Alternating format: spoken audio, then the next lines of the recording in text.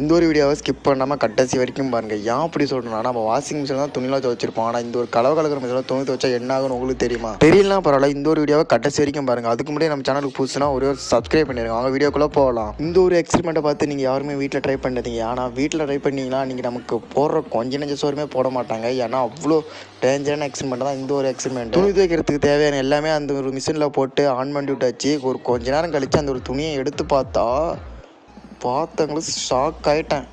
ஏன்னா அவ்வளோ கிளியராக இருக்குதுங்க, ஒரு கரை கூட இல்லை. இதை பற்றி நீங்கள் என்ன நினைக்கிறீங்கன்னு மறக்காமல் கமெண்ட் செக்ஷனில் கமெண்ட் பண்ணிட்டு போயிருங்க. வீட்டில் மட்டும் ட்ரை பண்ணிடாதீங்க.